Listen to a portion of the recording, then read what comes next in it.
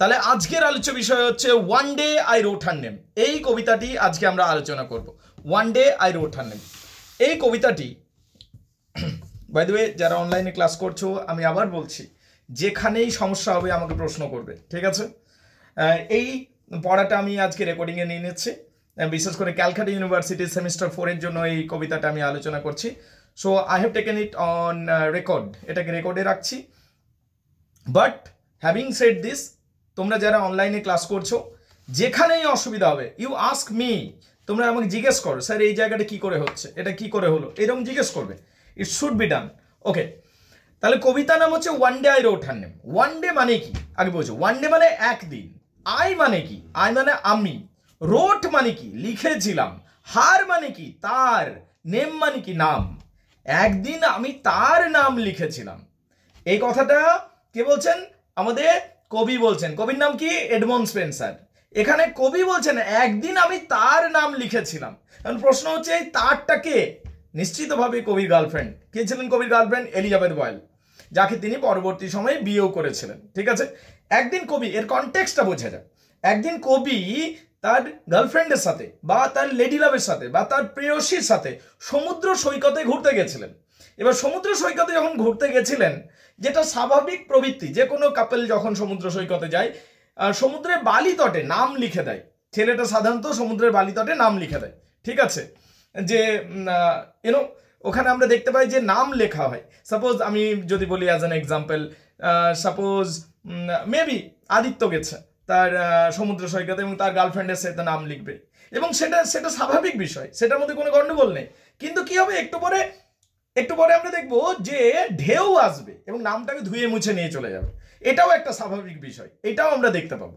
তো যাই হোক, এখানে কনটেক্সটটা জানতে হবে। কনটেক্সট মানে কি প্রসঙ্গে কবিতাটা লেখা হয়েছে। একদিন কবি, যার নাম এডমন্ড স্পেন্সার, তিনি তার গার্লফ্রেন্ডের সাথে, যাকে তিনি পরবর্তী সময় বিয়েও করেছিলেন, তাকে নিয়ে সমুদ্র সৈকতে ঘুরতে গেছিলেন এবং সেখানে সমুদ্রের তটে, সমুদ্রের বালির মধ্যে তার নামটা লিখেছিলেন এলিজাবেথ বয়েল। বুঝতে পারলে?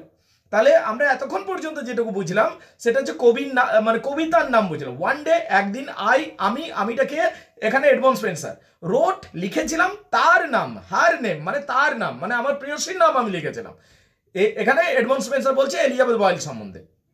তাহলে কবিতার নাম জানলাম, কবির নাম জানলাম, কার জন্য কবিতাটা লেখা হয়েছে সেইটাও জানলাম, ঠিক আছে? এবার কোন সনেট থেকে নেওয়া হয়েছে? অ্যামোরেটি বলে একটা সনেট সিকোয়েন্স লেখা হয়েছিল, অ্যামোরেটি, ঠিক আছে? লিটল লাভ, অ্যামোরেটি। এই অ্যামোরেটি সনেট থেকে একটা বই বেরিয়েছিল, সেই বইটার নাম দেওয়া হয়েছে। বইটাতে অনেকগুলো কবিতা ছিল। এই বইটাকে বের করেছিলেন এডমন্ড স্পেন্সার। এই কবিতার যে বইটা ছিল, সে সংকলনটা ছিল, সেই সংকলনটার নাম ছিল অ্যামোরেটি। মানে সোর্স যদি বলা হয়, পরীক্ষাতে বলা হয় যে কোন সোর্স থেকে এসেছে, মানে নেওয়া হয়েছে কবিতা, অ্যামোরেটি বলতে হবে। অ্যামোরেটি মানে কি? লিটল লাভ। বুঝতে পারলে কিনা? সেই বইয়েতে অনেকগুলো কবিতা ছিল। এখানে সনেট 75, 75 নাম্বার সনেটটাকে তুলে ধরা হয়েছে আমাদের কোর্সের মধ্যে। So this is the source of the poem. তাহলে চারটা জিনিস বললাম আপাতত আমি কবিতা সম্বন্ধে। প্রথম বললাম কবিতার নাম বললাম, দ্বিতীয় কথা কে লিখেছেন তার সম্বন্ধে বললাম, এডমন্ড স্পেন্সার সম্বন্ধে বললাম, যিনি এলিজাবেথেন যুগের কবি ছিলেন। 3 নম্বর, কাকে ডেডিকেট করা হয়েছে?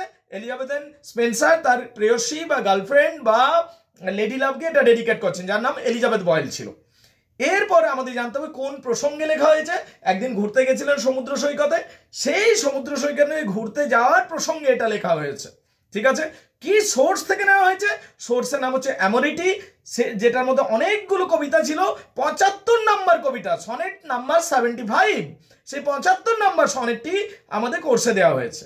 এবার যদি স্ট্রাকচার বলি, এই কবিতার স্ট্রাকচারটা কি? এটা হলো একটা সনেট। সনেট কাকে বলে? 14 লাইনের কবিতা, একটা ছোট কবিতা, 14 লাইনের কবিতা, তাকে সনেট বলা হয়। উপরে 8টা লাইন থাকে, নিচে 6টা লাইন থাকে। একটা কবিতা যেটার মধ্যে 14টা লাইন থাকবে, উপরে 8টা লাইন থাকবে, নিচে 6টা লাইন, সনেট কাকে বলে? এই কবিতাটা একটা সনেট, ঠিক আছে? এখন সনেট বিভিন্ন ধরনের হতে পারে, মূলত 2 প্রকার। একটা হচ্ছে পেত্রাখান সনেট, একটা হচ্ছে শেক্সপিয়ারিয়ান সনেট। শেক্সপিয়ার যেগুলো লেখেন সেগুলোকে বলবো শেক্সপিয়ারিয়ান সনেট।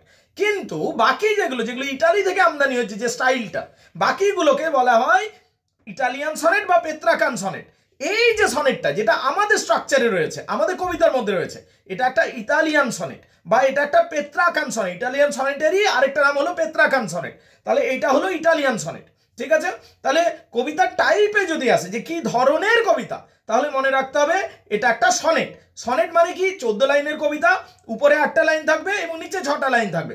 উপরের 8টা লাইনকে বলা হবে অক্টেট, নিচে 6টা লাইনকে বলা হবে সেস্টেট। সো দিস ইজ দা, এই যে এরিয়াগুলো বললাম আমি, এগুলো হচ্ছে টেকনিক্যাল পোর্শনটা। এখন এবারে লাইন বাই লাইন আলোচনা করবে। এতক্ষণ আমি যেটা বলছিলাম টেকনিক্যাল পোর্শনটা আলোচনা করছেন। আরেকটা জিনিস মাথায় রাখতে হবে যে এই কবিতাটা কি আসলে, মানে এটার সেন্ট্রাল আইডিয়াটা কি, কবিতাটা কোন যুগে লেখা হয়েছে এইটা জানতে হবে আমাদের। কবিতাটি লেখা হচ্ছে এলিজাবেথেন যুগে। এলিজাবেথেন যুগ কোন যুগটা?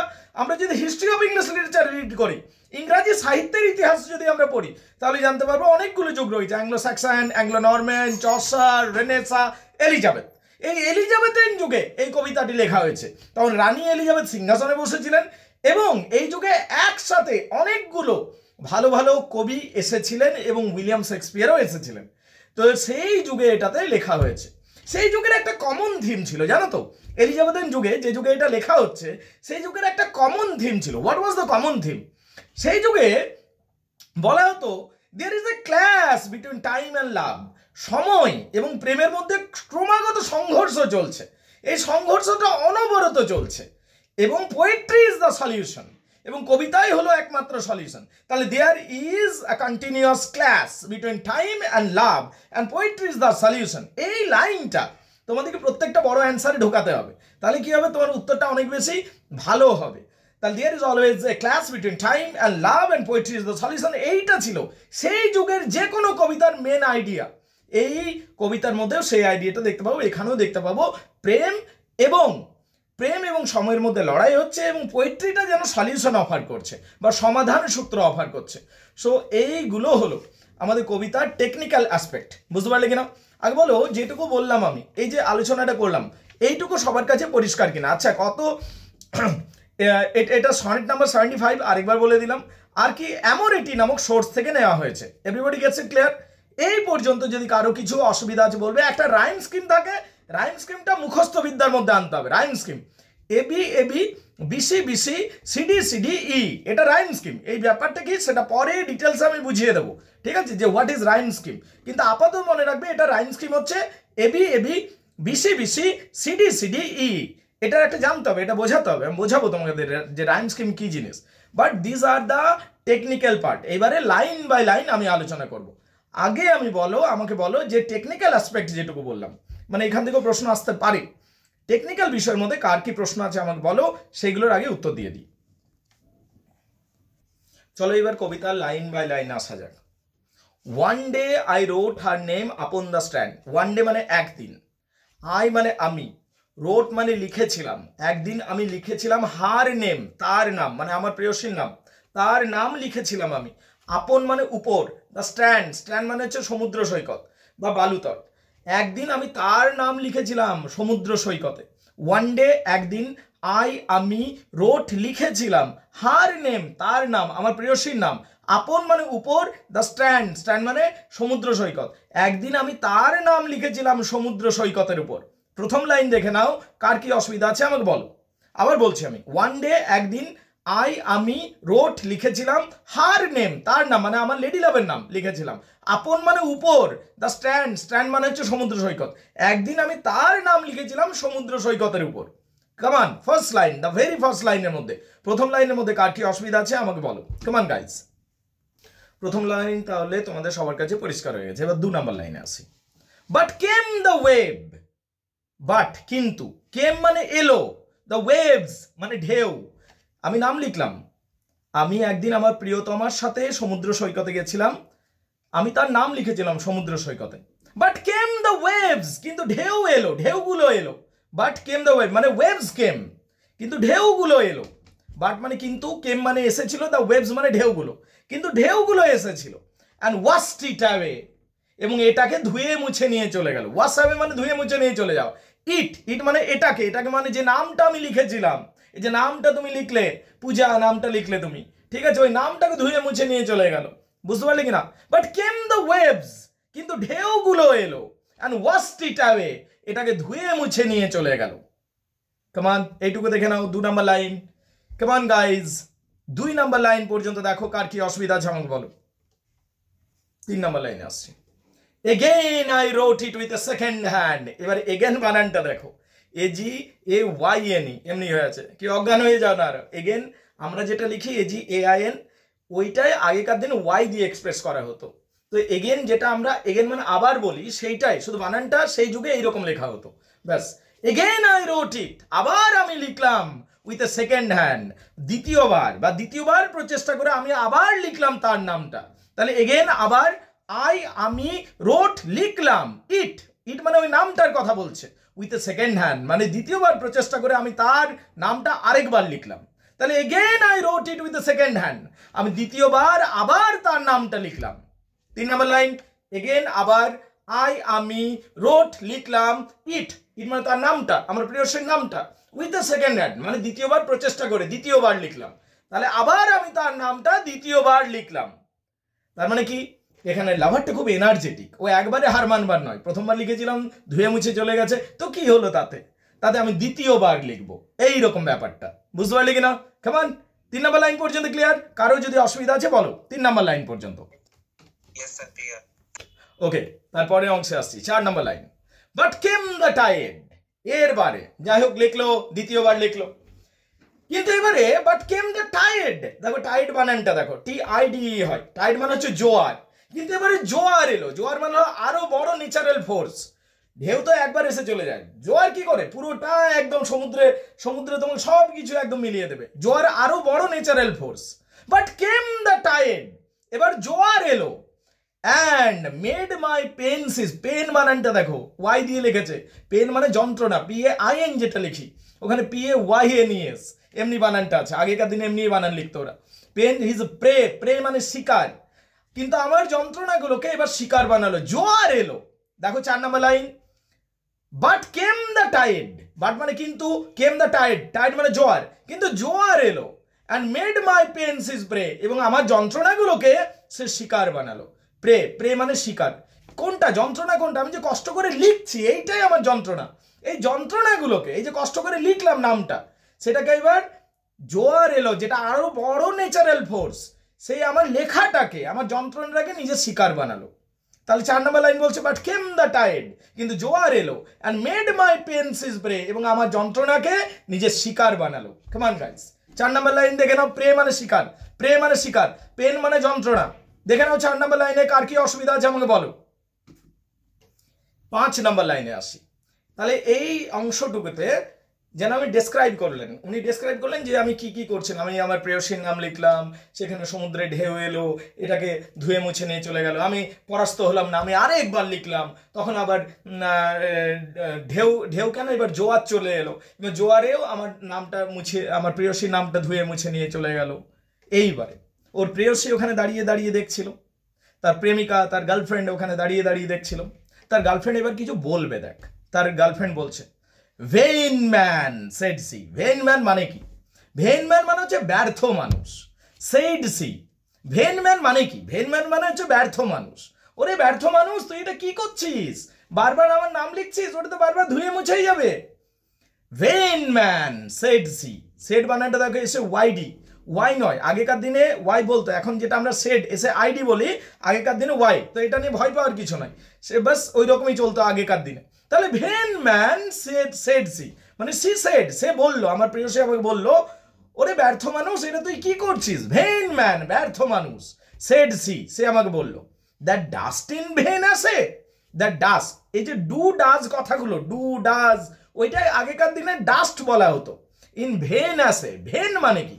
ভেন মানে ব্যর্থ, ফিউটাইল, অ্যাসে মানে প্রচেষ্টা, অ্যাসে মানে প্রচেষ্টা, তুমি একটা ব্যর্থ প্রচেষ্টা করছো। ও হে ব্যর্থ মানুষ, তুমি এটা কি করছো, তুমি তো ব্যর্থ প্রচেষ্টা করছো। সে বলল, আমার প্রেয়সী আমাকে বলল, ওরে ব্যর্থ মানুষ, তুই তো ব্যর্থ প্রচেষ্টা করছিস, তুই কি করছিস রে, কি পাগলামি করছিস, আমার নামটা কি অমনি থাকে, ওটা তো বারবার ধুয়ে মুছে চলে যাবে। ওরে ব্যর্থ মানুষ, তুই তো ব্যর্থ প্রচেষ্টা করছিস। ভেন ম্যান সেড সি, সে বলল, ভেন ম্যান কোথাকার, ব্যর্থ মানুষ কোথাকার।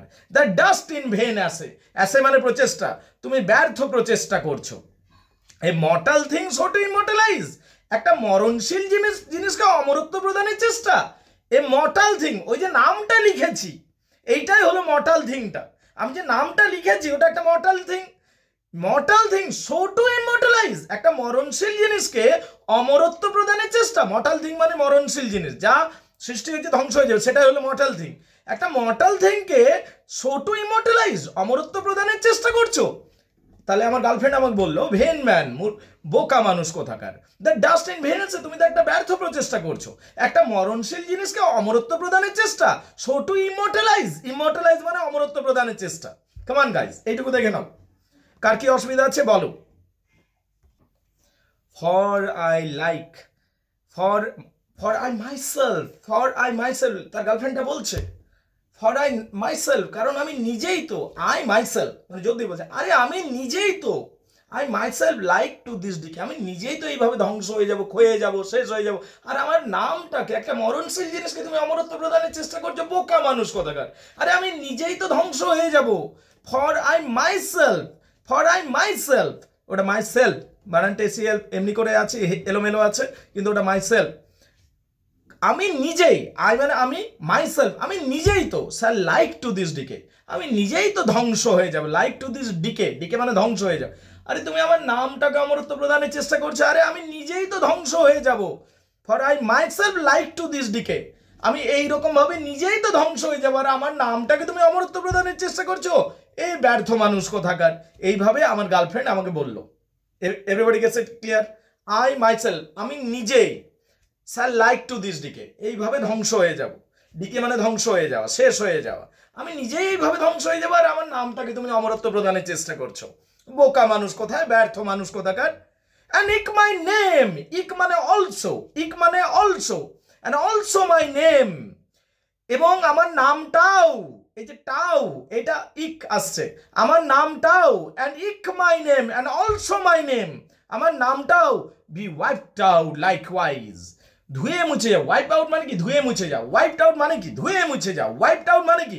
ধুয়ে মুছে যাও। এবং আমার নামটাও বি ওয়াইপড আউট, ধুয়ে মুছে যাবে, লাইকওয়াইজ, লাইকওয়াইজ মানে সিমিলিয়ারলি, একই রকম ভাবে, আমার নামটাও ধুয়ে মুছে যাবে একই রকম ভাবে। ওরে ব্যর্থ মানুষ, আমার নামটাকে অমরত্ব প্রদানের চেষ্টা করছো, আরে আমি নিজেই তো ক্ষয়ে যাব, ধ্বংস হয়ে যাব একদিন, এবং আমার নামটাও ধুয়ে মুছে যাবে একইভাবে। লাইকওয়াইজ মানে একইভাবে, সিমিলিয়ারলি। ওয়াইপড আউট মানে ধুয়ে মুছে যাবে, লাইকওয়াইজ মানে সিমিলিয়ারলি বা একইভাবে।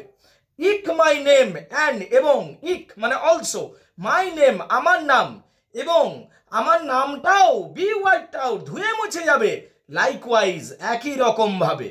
কামান গাইজ, এইটুকু দেখে নাও, কার কি অসুবিধা আছে বলো। কামান কামান কামান, এইটুকু দেখে নাও গাইজ, একটা প্যারা পোর্শন হয়ে গেছে দেখো। তাহলে এই পোর্শনটাতে আমরা প্রেয়সী বা প্রেমিকা বা গার্লফ্রেন্ডের আমরা ভার্সনটা শুনতে পেলাম। এখানে কি দেখতে পেলাম, যে যে গার্লফ্রেন্ডটা রয়েছে বা প্রেয়সী রয়েছে, যা লেডি লাভ যিনি রয়েছেন, তিনি খুব প্র্যাকটিক্যাল, তিনি প্র্যাকটিক্যাল পয়েন্ট অফ ভিউ থেকে বলছেন যে এটা কি করছে, এটা বোকামি করছে, আমি নিজেই মরে যাব, আমার নামকে অমরত্ব প্রদানের চেষ্টা করছে, বোকা মানুষ কোথাকার। মেয়েটা প্র্যাকটিক্যালিটি শো করছে, মানে বাস্তবিক দৃষ্টিকোণ থেকে।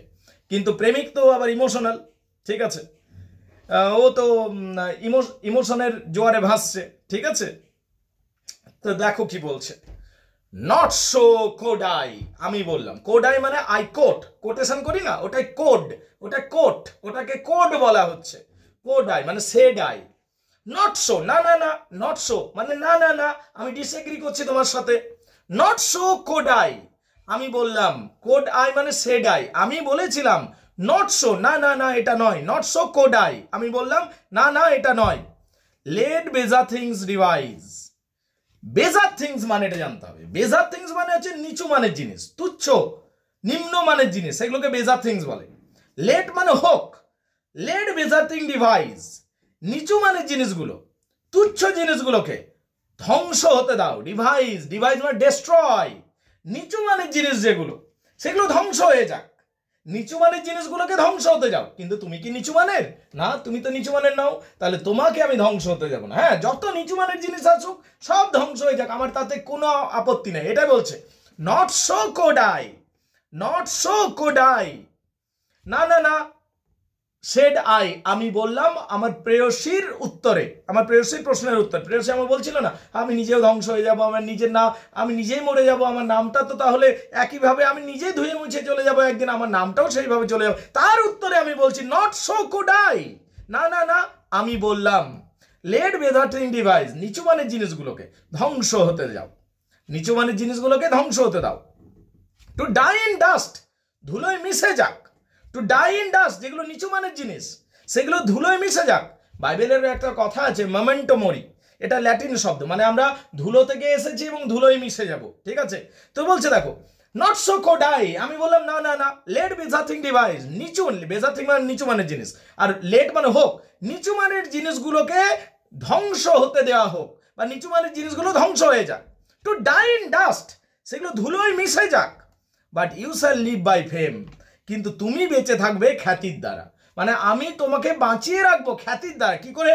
কারণ তোমার নিয়ে এমন একটা সুন্দর কবিতা লিখবো যেটা জেনারেশন টু জেনারেশন রিড করবে, এবং যতবার রিড করবে আমাদের প্রেমের চর্চা হবে, এবং তাদের আলোচনার মধ্যে দিয়ে আমরা বারবার জীবন ফিরে পাবো। তাই নিচু মানের জিনিসগুলোকে ধ্বংস হতে যাক, কিন্তু তোমাকে আমি মরতে দেব না, তোমাকে আমি বাঁচিয়ে রাখবো কিসের মাধ্যমে? ফেম, খ্যাতির মাধ্যমে। তো তাহলে কি বলছে? নট সো কুড আই, না না না, আমি বললাম লেট বেদার্টিং ডিভাইস, যেগুলো নিচু মানের জিনিস সেগুলোকে ধ্বংস হতে দাও। টু ডাই ইন ডাস্ট, সেগুলো ধুলোয় মিশে যাক। But you shall live by fame, কিন্তু তুমি বেঁচে থাকবে তোমার খ্যাতির দ্বারা। কি করে খ্যাতি দেব? আমি কবিতা, এমন একটা কবিতা লিখবো যে কবিতাটা এত সুন্দর হবে, এবং সেই কবিতার মধ্যে তোমার এত বেশি গুণগান করব যে সেই কবিতাটা তোমাকে খ্যাতি দেবে জেনারেশন টু জেনারেশন ধরে। তাহলে but you shall live by fame, কিন্তু তুমি বেঁচে থাকবে খ্যাতির দ্বারা, মানে এমন একটা কবিতা লিখবো, সেই কবিতাতে তোমার বর্ণনা দেব যে তুমি সেই কবিতার মাধ্যমে একটা খ্যাতি অর্জন করবে, এবং তুমি জেনারেশন টু জেনারেশন বেঁচে থাকবে। কামান গাইজ, এইটুকু দেখে নাও, কার কি অসুবিধা আছে বলো, আমি ব্যাখ্যা করব। My verse your virtue rare shall eternise, my verse, আমার কবিতা, ইয়োর ভার্চুস, তোমার সদ্গুণগুলোকে, রেয়ার, যেগুলো হয় দুর্লভ, আমার কবিতা তোমার সদ্গুণগুলোকে, যেগুলো রেয়ার দুর্লভ, স্যার ইটারনাইজ, অমর বানিয়ে রাখবে। আমার কবিতা তোমার সদ্গুণগুলোকে, যেগুলো দুর্লভ, সেগুলোকে অমর বানিয়ে রাখবে। তাহলে মাই ভার্স, আমার কবিতা, ইয়োর ভার্চু, তোমার সদ্গুণগুলোকে ইটারনাইজ করে রাখবে। ইটারনাইজ মানে অমর, চিরন্তন করে রাখবে। এবং তোমার সদ্গুণগুলো কেমন, সেটা রেয়ার কথাটা দেওয়ার হয়েছে, রেয়ার মানে দুর্লভ। তাহলে মাই ভার্স, আমার কবিতা, ইয়োর ভার্চুস, তোমার সদ্গুণগুলোকে, রেয়ার, যেগুলো হচ্ছে দুর্লভ, শ্যাল ইটারনাইজ, সেটাকে অমর বানিয়ে রাখবে। এইটুকু, এই লাইনটা দেখে নাও। কমান কমান, এই লাইনে যদি কারো কিছু অসুবিধা রয়েছে, মাই ভার্স, আমার কবিতা, ইয়োর ভার্চু, তোমার সদ্গুণগুলোকে, রেয়ার, যেগুলো হচ্ছে দুর্লভ, শ্যাল ইটারনাইজ, সেগুলোকে অমর বানিয়ে রাখবে। এটুকু ক্লিয়ার, পরিষ্কার? দেখে নাও, কার কি অসুবিধা আছে বলো আমাকে। অ্যান্ড ইন দ্য হেইন্স, এটা হেইন্স মানে হচ্ছে হেভেন। আগেকার দিনে দেখো হেভেনটাকে কিরকম ভাবে বলতো, অ্যান্ড ইন দ্য হেভেন, এবং স্বর্গে, স্বর্গে মানে আকাশে, অ্যান্ড ইন দ্য হেভেন, স্বর্গে। রাইট, রাইট বানানটা দেখো, ওয়াই দিয়েছে, WRIT, বানানগুলো একটা দুটো এমন আছে কিছু বলবার নেই, তার কারণ এলিজাবেথের যুগের বানান। অ্যান্ড কিন্তু এগুলো পড়ে পড়ে অভ্যস্ত হয়ে যাবে, সেটা নিয়ে ভেবো না কিছু। অ্যান্ড ইন দ্য হেভেন, এবং স্বর্গে, রাইট ইউর গ্লোরিয়াস নেম, এবং স্বর্গে লেখা হবে তোমার গৌরবোজ্জ্বল নাম। যখন তুমি মরেও যাবে, আমার কবিতা তোমার সদ্গুণগুলো, যেগুলো রেয়ার, সেগুলো ইটারনাইজ করে রাখবে, এবং স্বর্গে রাইট, লেখা হবে তোমার গৌরবোজ্জ্বল নাম। And in the haven, and in the haven মানে কি, এবং স্বর্গে রাইট, লেখা হবে ইয়োর, তোমার, গ্লোরিয়াস নেম মানে গৌরবোজ্জ্বল নাম, এবং স্বর্গে তোমার গৌরবোজ্জ্বল নামটা ধ্বনিত হতে থাকবে বা লেখা হবে। এটুকু দেখে নাও, কার কি অসুবিধা আছে বলো। এবার তো শেষ দুটো লাইন রয়েছে, ঠিক আছে।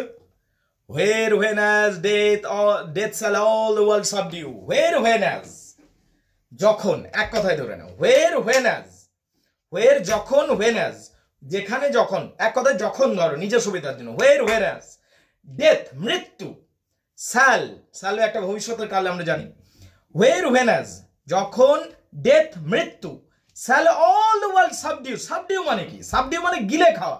যখন মৃত্যু সারা পৃথিবীকে গিলে খাবে, যখন মৃত্যু সারা পৃথিবীকে গিলে খাবে, মৃত্যু তো একদিন সবাইকেই গিলে খাবে। তো সেটাই বলছে, যখন মৃত্যু একে একে করে সারা পৃথিবীকে গিলে খাবে, আওয়ার লাভ শ্যাল লিভ, কিন্তু আমাদের প্রেম বেঁচে থাকবে। আর লেটার লাইফ রিনিউ, পরবর্তী প্রজন্মের মধ্য দিয়ে বারবার নতুন জীবন পাবে।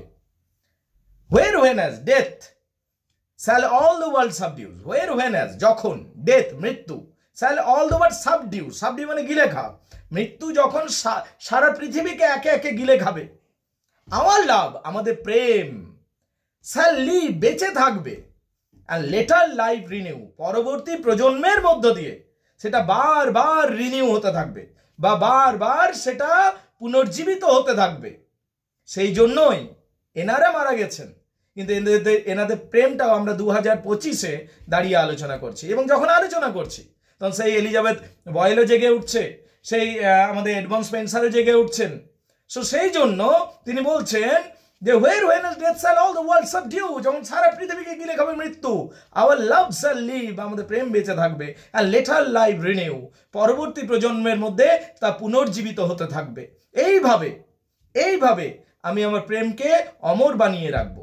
তাহলে কি পেলাম মূল জিনিস, that there is a constant conflict, একটা যেন দ্বন্দ্ব চলছে সবসময় প্রেম এবং সময়ের মধ্যে, এই লড়াইটা চলছে।